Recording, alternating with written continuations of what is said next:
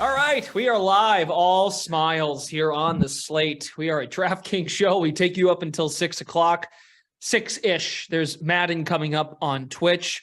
We are streaming live at DK Nation on the Twitter machine, and we are also on YouTube and Twitch in the meantime before Madden gets going again. Brendan Glasheen with Matt LaMarca and Gary and Thorne today. We are very excited to discuss another big week in the National Football League. Some bye weeks this week. Not everyone's playing this week like last week with Thanksgiving. We'll also end the show with a little thought on the NBA. Only a 3-game slate, but a good game tonight. Golden State starting to turn a corner. Warriors are starting to figure it out, it looks like, and they're taking on the Mavs. That's a conference finals rematch, right? Conference yes, sir. Yeah. Yes, that's right. Because the Suns blew it and they lost by 50 in Game 7. Some weird conference finals teams the last 3 years. Yeah. It's still sinking in that the Suns did not get there, but they didn't. They got blown out by Dallas in Game 7. Anyway, conference finals rematch. We'll hit on that at the end. How you guys doing? Gary, and how are you? Good. Doing great. Starting to get down to the nitty-gritty in the NFL season. It's always nice. Keep waiting for the baseball hot stove to actually get hot. Not really happening, but we got some Jose Abreu news yesterday. That was kind of fun. Okay. LaMarca, how about yourself? USA. Big win. USA. Big win for the Americans today. Not even today, like an hour ago. They beat Iran to advance out of Group B, and they're going to keep playing. I think they're playing Saturday morning, 10 a.m. Netherlands, yeah. Yeah. Correct. 10 a.m. Eastern. Okay. Patriots Bills is Thursday night, and we've got a big slate on Sunday. Some really good games Sunday. Niners Dolphins is a big game. You got the Chiefs and the Bengals. I don't understand why one of those games wouldn't be the night game instead of Dallas and Indianapolis. I was just made aware today that after week 11 you can flex. I thought it was later in the season. They will never flex out a Cowboys game. I mean, if we learned anything from the God, what was that guy's name? He wore number 7.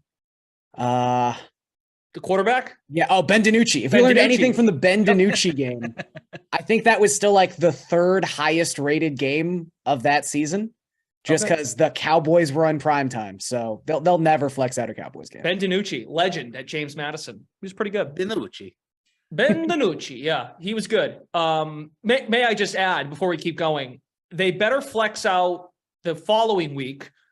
So December 11th or 12th, whatever that is. Sunday night would be Kansas City, Denver. So that's a must. Come on. Think Chiefs are reaching that same level of Cowboys territory though. And not to make you sad, but don't check the Monday Night Football schedule for the rest of the season because there's one good Monday night game left, Buffalo and it's the last Monday night game of the season. Yep. It's not great. And by the way, this game will not be flexed, but just to make, you're making your holiday plans, everybody. Christmas Day, 4:30, barn burner, Denver and the Rams at 4:30 in the afternoon on Christmas Watch Day. basketball. You know, it's going to be at 1:00 on Christmas Day, Glash. It's going to be Jordan Love against the Dolphins because Aaron Rodgers will have shut it down with thumb surgery as predicted on this show 3 weeks ago. Yeah. That's right. You did say that. Now, if Jordan Love can play, that's kind of compelling. I'd be interested just to see how he measures up. I'm not saying it's a good game or a bad game. I just wanted to segue into Aaron Rodgers was definitely hurt this whole time, and he will 100% not be playing as soon as the Packers are mathematically eliminated. I hope you're right. He can be stubborn, as we know, and he might make a case why he wants to play just for really no reason. So we'll cross that bridge once we get there. There are games this week.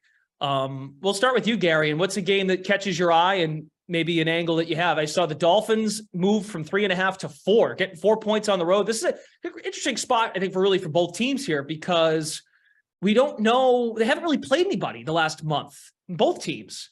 And for Miami, their criticism has been, well, they've been beating up on bad teams lately. And then for the Niners, they've turned a corner since they got blown out by Kansas City at home. I mean, I will say, I know it's a what have you done for me lately league. The Dolphins have wins over the Patriots, the Bills, and the Ravens. It's not like they haven't beat anybody. so far this No, season. no, just last couple weeks. No, I understand what I'm not saying you. I just mean in general. Yep. But I would say my immediate take from this game is under 46. And I feel pretty strongly about it, honestly. You look at the 49ers and just how sort of anemic their offense looked last week against the Saints. We find out obviously that Elijah Mitchell is now going to be out for basically the remainder of the regular season. Yes. You've got Christian McCaffrey is banged up. He's sort of, we haven't gotten to the practice cycle yet this week, but he's going to be day to day. There's some good running back beef in this game. You got Raheem Mostert blasting our old friend Raheem Mostert from the Madden Sims. He's blasting his old quarterback, Jimmy Garoppolo. And then the Jeff Wilson trade is now pretty important. Like Jeff Wilson is a factor here because the Niners, knowing how they've had to replace running backs at this point in the season, it's a great point. Probably would have been smart to hold on to him, but they didn't. I'm sure they'd like to have Jeff Wilson back. But again, I just think there's some questions about the viability of this 49ers offense. And then you've got a Dolphins team that has scored at least 30 points in each of their last 3 games. However, you mentioned it was against pretty inferior competition. And also, that Dolphins-Texans game was incredibly strange for a lot of reasons. I don't think I've ever seen a team pull their starting quarterback as early into a regular season football game as the Dolphins did in week 12. But one of the reasons that Tua was pulled in that game is because when Tyrone Armstead got hurt towards the end of the second quarter, I believe Tua proceeded to drop back 9 times after he left the game, and he was pressured on 7 of those and took 4 sacks. So you also had the Dolphins lose their other starting tackle later on in that game. His status is very much up in the air. I think Armstead will be ruled out for this game against the 49ers. You've got this ferocious San Francisco defensive line now going up against the Dolphins offensive line, easily missing their best player. Mm-hmm. There's a lot of talk about, MVPs in Miami with Tua and Tyreek. There's a case to be made that Armstead is the most important player on this offense because everything seems to fall apart when he is not out there. So I have serious concerns about the Dolphins' ability to protect Tua in this game. I have concerns about the 49ers' ability to score at all. I really do think this is going to be a lot lower scoring than people are giving it credit for. This line opened at 40. Well, there were some 47s out there, some 48s earlier in the week. And as Gary had mentioned, it's down from 46.5 today to 46.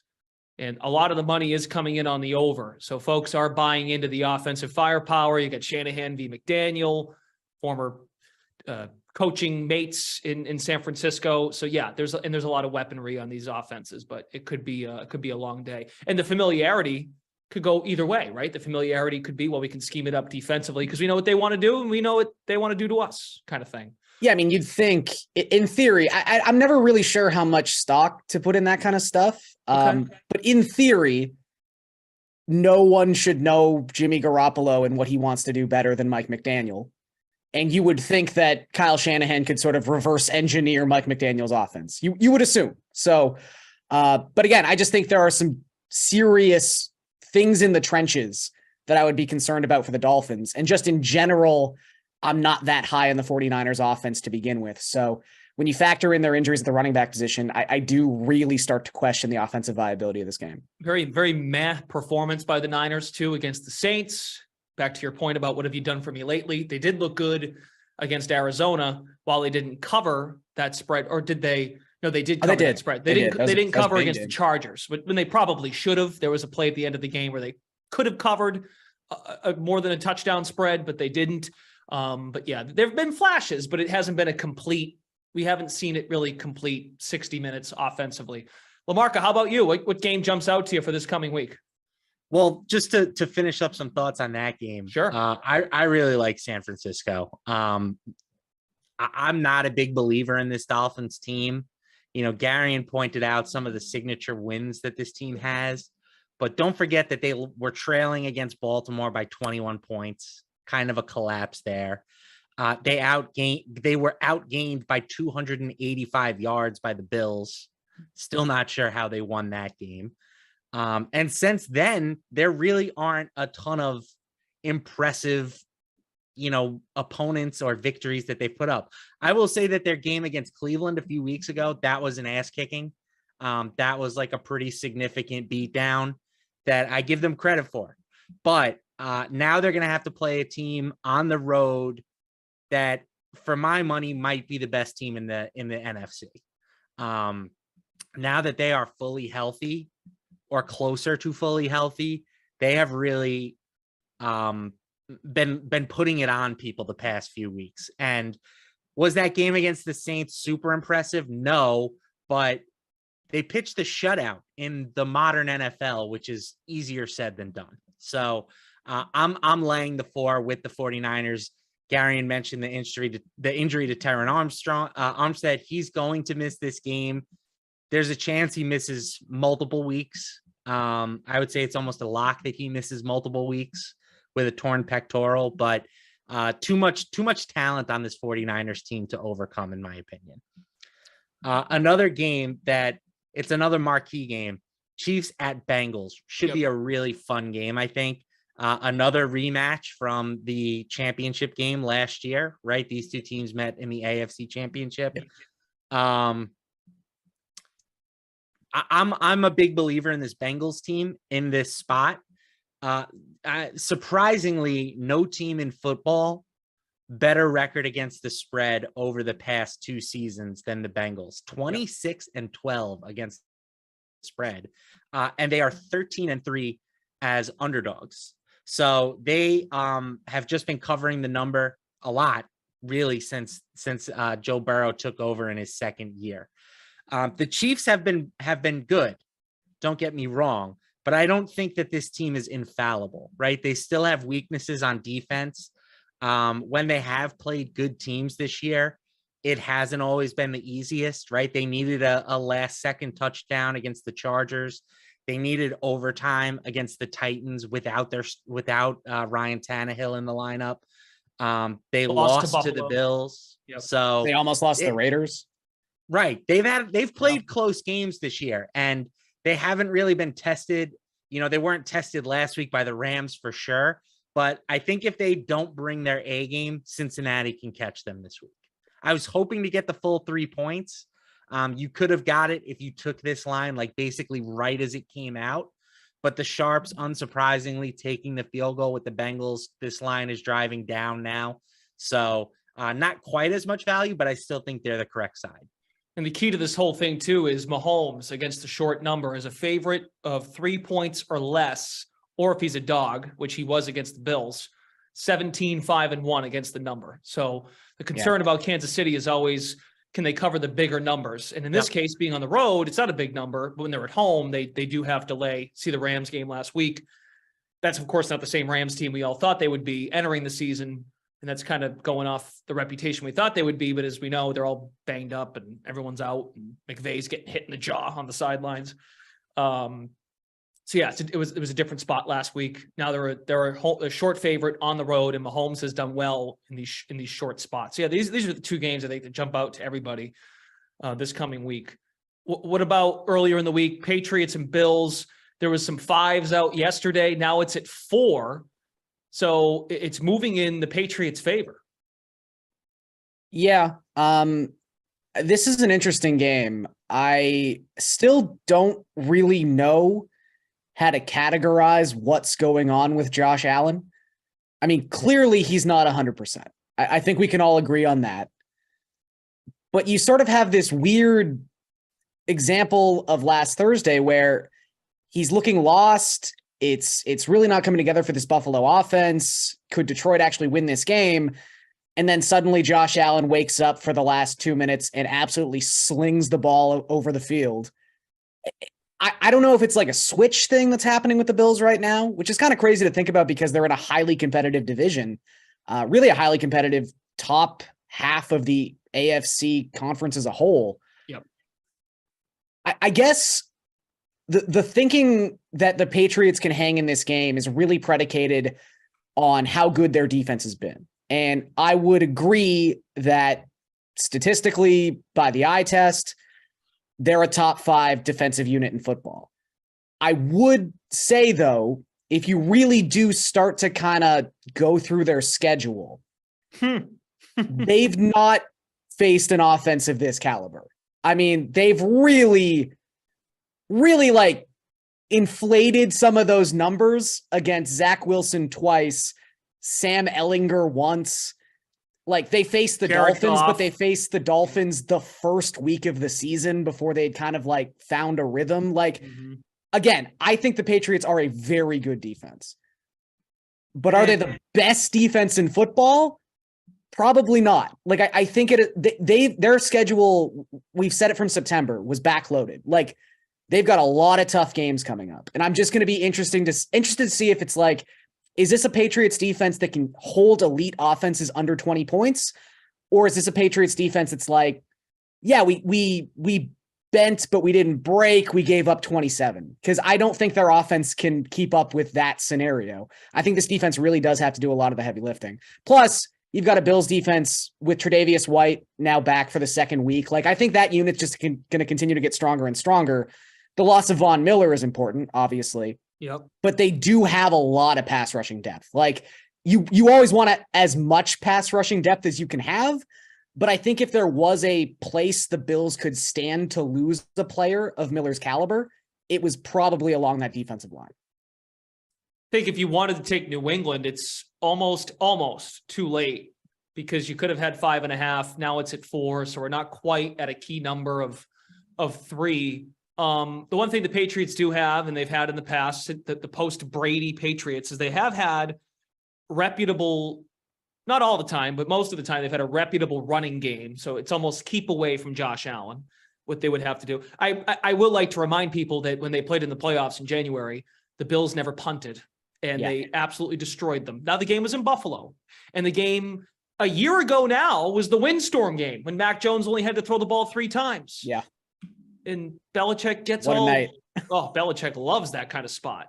It will be windy in Foxborough Sunday or Thursday, but it will be warmer. It will be in the 40s as opposed to really cold. And there was snow potential last year, but it really wasn't about the snow. It was about the wind and the field goal posts were moving around and whatnot. LaMarca, you have a feel on this? And New England's the money's coming in on New England. Yeah, my thought is that the Patriots defense is a paper tiger. The expectation coming into this year was that the Patriots were going to take a step back defensively. They lost their best player in J.C. Jackson. And at the start of the year, they fit that narrative, right? They gave up 394 yards to the Ravens. They gave up 443 yards to the Packers, who are far from an offensive juggernaut. Correct. But then they hit this stretch where they faced Jared Goff, Jacoby Brissett, Justin Fields, Zach Wilson. That was pre-unlocked Justin Fields too. That was like just coming out Justin Fields. That night, pretty much that night was the Justin Fields coming out party. And that is what created this narrative of the Patriots defense being good. They had a chance to prove that they were good on Thanksgiving, and they got lit up. Yep. They got carved up like the turkey that I ate that evening, which was delicious. I will say, just like I am not in the business of ever defending the Patriots. And these were defensive miscues and special teams miscues, but a lot of I think there was 5 third or fourth down penalties to keep drives alive. Like, again, those are mistakes that are on them, but I don't think that's the kind of thing that necessarily I would think is like sustainable week to week. But Believe me, Darian, I'm aware of all the fluky things because I was on the Patriots heavy in that spot because I bought into the narrative that their defense was going to be able to slow down the Vikings, and they did allow a special teams touchdown, and they did have roughing the punter or running into the punter that kept the drive going, and they did outgain the Vikings, but they still gave up 358 yards. They couldn't stop Justin Jefferson basically all night. And the problem with the Bills recently has not been their offense. You know, they still have been putting plenty of points, plenty of yards up. It's been that their defense really hasn't stopped anybody. You know, the Lions hung with them pretty much drive for drive in that game. And the Lions are a sneaky good offensive team. Yeah. I don't think that the Patriots have the same capability to do that, despite the fact that we saw a pretty valiant effort from Mac Jones last week. Patriots are bottom 10 in the NFL in penalty yards allowed. Bottom 10, meaning they are not good in terms of their penalty yards, offense and defense combined. I still think the concern, we haven't really said it yet with Buffalo. You said, LaMarca, it's really not their offense. What I would push back on is that they don't have a run game. They don't have a running game. Now, they could get away with it against the Patriots. I will say that. This is an opponent where you can get away with that. But the lack of running game and their explosiveness. I don't know if that narrative holds up, to be honest with you. Say it again. Say it one more time. I don't know if the narrative that they don't have a running game is true. Their last 3 games, they've run for 164, 171, and 175 yards. Yeah, but how much is that from the quarterback? Well, does that matter? That's still part of your run game. Okay, well, I'll put it to you like this then. They're way too Allen reliant. Yeah. But I mean, look, I would say this. If you lined up all 5, like, let's call them like factors of a game. Yep. So stopping the run, stopping the pass, being able to run, and special teams. And I had to rank the importance of those 5 things. I would have ability to run the football 5th. Specifically, and if I could put it, apparently. What's up? Apparently, it only matters about if you're running with the running back too. Yeah, but like I think the beauty you're less predictable. I think has been their problem. But that's again, the thing. The beauty of Buffalo might not matter. But the beauty of Buffalo, and we see this time and time again. Like, I just looked at a list of teams that are operating above pass expectancy levels across the last 5 weeks. You know what the top 7 teams on that list all have in common? They're really good. They're the best teams in football. Like, passing the football is the better way to go. And Buffalo's had so many games the last couple of seasons where they've completely abandoned the running attack. And I mean, even to a lesser extent, I mean, the Dolphins last week against the Texans, like I believe at one point they had 31 passing plays to 6 rushing plays. And yet they were still crushing in play action passing attempts every single down. Like, you don't even need a running attack to set up your play action game anymore. Like, that's the modern NFL. Yeah, and we've seen this a lot with teams like the Bills and the Chiefs, right? When opposing defenses play those teams, their goal is to try and stop the big play. They're going to keep the safeties back, and they're going to make you dink and dunk them. And that is why, like, we've seen a reluctant or a acceptance by Patrick Mahomes where he is now willing to take what the defense gives him. And I think that Josh Allen is coming around to that same realization where it doesn't always have to be the big play. I can take the check down. I can, we can audible to a run. And that's why they've, they're number 2 in points and yards per game this season, trailing Kansas City in both. Like, I have 0 concerns about their offense at the moment. 0? Even the red zone turnovers? I think it's more important they're getting to the red zone, honestly. You can, to me, like a turnover, it's probably a little bit worse than a punt, but as long as you're continuing to put points on the board, who really cares? I mean, no, I hear you. They could just do them in. That's all. I would just say the only thing that gives me pause, like I'm all in on Bills -4 here.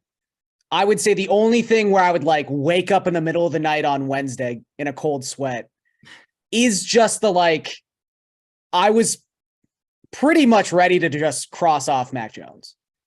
I've been ready to do that for a while, so my pencil's always at the ready.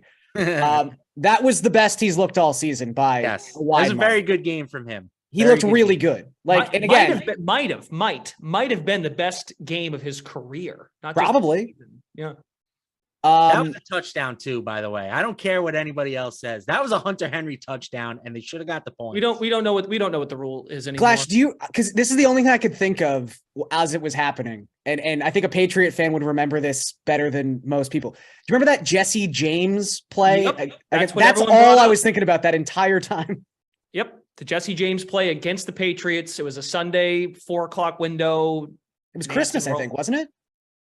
Right around then. Yes. Maybe the week before. Yep. Right around in that window. And that benefited the Patriots. They got away with one. That should have been a touchdown, and that would have won the game. But same thing, like crossed the plane with the ball in his hands, but then hit the ground and lost control.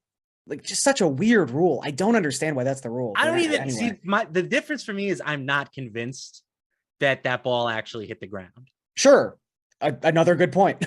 His hand is under there, and Like there is a little divot, but you can't tell me that you know for sure that that divot didn't come from his hand. I don't know. I didn't think there was enough to overturn it with my very biased, had money on the Patriots' eyes. Oh, I'm with you there, pal. Trust me. I think it goes back to letter of the law, but the counter argument to that is we're back to square one. We don't know what a catch is still in 2022. If we're playing down at the schoolyard and I catch and I make that play and you try to tell me that that's not a touchdown, we're getting into a fight. Yeah. All right. Good way to put it. Hopefully we don't have to see you in a schoolyard anytime soon. Yeah, you don't want that. Or a Chuck E. Cheese. It's a line from The Hangover. Yeah, Alan from The Hangover. He's banned. Banned from Chuck E. Cheese. It's like you should probably be banned from a schoolyard at this point in your life. If you do go to a schoolyard, though, I would watch if you streamed it. It's getting real weird. Yeah, I mean, whatever. Who cares? That's where I take my dog. You telling me my dog can't go to the schoolyard now? Well, when school's in session, I would think that's not. Yeah, obviously not when school's in session. Okay, all right. You didn't say that. Just clarifying. Here's the last question I have about this game. Any chance it gets to a 3.5 or a 3? Or is it like, okay, it's at 4, go get Buffalo now? I think this is as low as it goes, would be my assumption. That's what I'm saying. That's why I think it's too late now to go back on the Patriots. So you had to get it at the 5 or the 5.5. But even then, it's like it's not a key number. Where it's like, okay, whatever, 4 or 5. 4 is a key number. 4 is, but not 5 or 5.5. Right. Correct. Okay. All right. Well, there you go. So if you like Buffalo, do it. Probably now, or maybe. Like LaMarcus said, this is probably the lowest it gets because the money is coming in on the Patriots. So maybe it does move again. I doubt it, though. I think LaMarcus on. I don't think they get the Bills to 3 here. And I think 3.5 would be a pipe dream too. So 4 seems like it's the lowest it's going to get. Okay. Any other games before we shift gears to the NBA? And that, of course, I wanted to hit on that game because it's Thursday. I want to throw out my maybe this is like a square special, but I can't help but just take the Browns -7 this week. Okay. I think that the Texans are clearly tanking. That's the only excuse for going back to Kyle Allen for a second straight week. The Dolphins showed mercy on them when they went up 30-0. That game could have probably been 60-0 if they wanted it to be. Yep. It's so funny. Their team total was 30.5. It really was one of my favorite storylines of the week. All the talk, or all we know about the Texans, or one of the things we've known about the Texans all year, is that they can't stop the run and nobody runs the ball as good as Cleveland does. And then, let's factor in the Deshaun Watson narrative of him, trying to make the Texans, aka the team that he decided he did not want to be a part of anymore, look foolish. So I'm still surprised this number hasn't risen off of 7. I think it will, because it has just been an avalanche of Browns money so far. And again, it always scares me to be on a public side like that. Yep. But I just I think like you've got a combination of everything working in Cleveland's Cleveland's favor. If this was a 4:25, not a prime time, but like America game of the week, or a night game, or a standalone, that's kind of a lot of pressure on Deshaun. There's probably a reason why that's not the case, because of what's going on with him off the field. Yeah. They were like, just put this at 1. Let's get this game over with. The NFL tried to bury this thing about as deep as they could. Exactly. And it's against the Texans, and LaMarcus probably right that right now there's no real interest in them winning, or they want to be competitive. They made it competitive against the Dolphins and did not let them get over their team total the other day. But I would say the Dolphins were probably the Dolphins' worst enemy in that game. Yep. But yeah. I would say in terms of building off square plays, that if I think about it too much, I probably won't do it, but it just seems to make so much sense. If you're to believe his quotes from this afternoon on the Pat McAfee show, Aaron Rodgers is going to play this week in his favorite place in the world. He's going to play the Bears as he does so often. I don't want to make this too simplistic, but if anyone can name someone currently playing in the Bears secondary, you're a better sports fan and better than I am. Like, they are so depleted by injury on that side of the ball. I would assume we get another week of Trevor Siemian for the Bears at quarterback. Look, I don't think the Packers are good. I don't think they've looked good much at all this season, but they are much better than this Bears team. If Mike White can put 300 yards on this Bears secondary, I think Aaron Rodgers with one hand can probably do something similar. This could almost be, to build back into my other narrative, this could be like the last hurrah, him beating the Bears, just absolutely taking their soul one more time in Chicago before he shuts it down for the rest of the season. And the trends are all about Rodgers against this team, 22-7 in his career against the spread, 24-5 straight up against Chicago. They played early in the season. That was, I think, 9.5. It got to 10 when they played at Lambeau, and they handled their business just fine. Now, that was the game we all were like, oh no, the Packers are fine. They're still the Packers. And then downhill from there. What about Justin Fields, though? If Fields is active or inactive? I mean, sure. Look, I would keep an eye on, like, if Kyler Gordon is going to play, like, keep an eye on the secondary injuries, keep an eye on Justin Fields, obviously. But I would say right now, with where the Bears are, like, they should have ruled Justin Fields out last week on Monday. The fact it got to Saturday night, Sunday is ridiculous. Like, they've got a bye week next week. It makes all the sense in the world to just sit Justin Fields down for this week, give him another week off. And if you want to keep playing him, which, reps are good for a quarterback in his second year, bring him back after the bye and let him finish out the season. But I don't think he plays in this game. It's a good point about Rodgers on the McAfee show, because yesterday when Jeff and I were here, that was at 2, or part of me was at 2.5. So that almost felt like the line opened with Rodgers maybe not playing, and it was a Jordan Love situation. So that moving to 4, I think, is an indication that we're going to see Rodgers. But I asked Jeff the same question. I'm like, well, wait, but what about the other side of the coin? Like, is that factoring in Fields playing? I mean, the thing about Fields too, he's been phenomenal. With his ability to scramble, but it's not like the Bears were winning those games where he looked fantastic. They were still finding ways to lose. So it's true. Their defense did them in. Yeah. And again, they traded 2 of their best 3 players right before the trade deadline on defense. And now their secondary is just completely decimated by injury. I just don't think they can stop this Packers team. I don't think they can stop anybody. That's a good spot for them to just rest Justin Fields. Cause again, it's, you don't really talk about tanking in the NFL, but it benefits the Bears to lose football games at this point. Yeah. So, this way you can save face. It's not like you're blatantly tanking, but you rest your young quarterback another week, let him get back to 100%. You put another loss in the loss column, and everybody's happy. You guys care who the quarterback is for them, if it's Peterman or Siemian? Or, Definitely. No, not Peterman.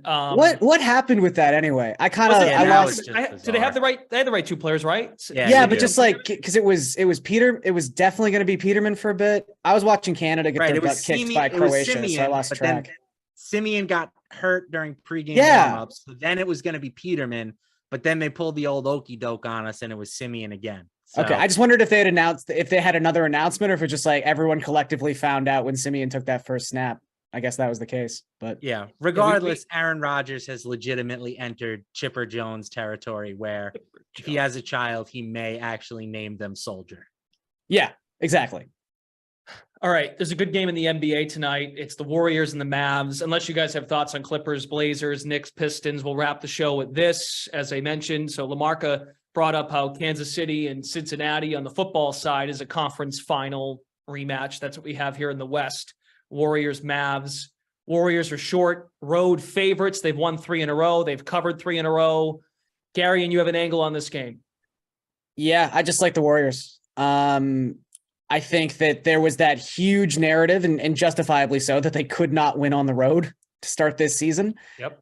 They've won 2 of their last 3 road games, and the loss was basically them conceding a game to New Orleans where they just didn't play anybody. And that game is of note because, they got curb stomped. I think they lost by 45 points.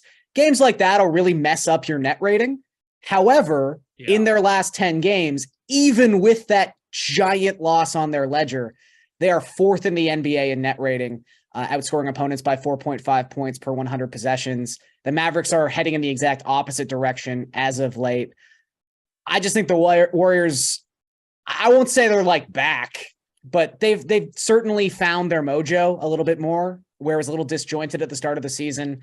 I think this number is still factoring in how bad they've been on the road for the season as a whole, but they've been much better as of late. I would be like, I was thinking this line might get to like 3 or something at some point. I don't know, but I'd be willing to take them at -1.5 every single day of the week. Eight of the Mavs wins are at home though, and they were just on the road. They're back home. Is that has to factor in a little bit? I mean, that's probably why it's such a short number, but I don't know. I mean, they've been good at home. Sure, they're coming off a long road trip, and like that was a big part of their struggle. But right now you've got a team that, I mean, Luka himself is really struggling from 3, but Tim Hardaway Jr., I think, has hit like 1 3-pointer in the month of November. Like, he's been horrendous.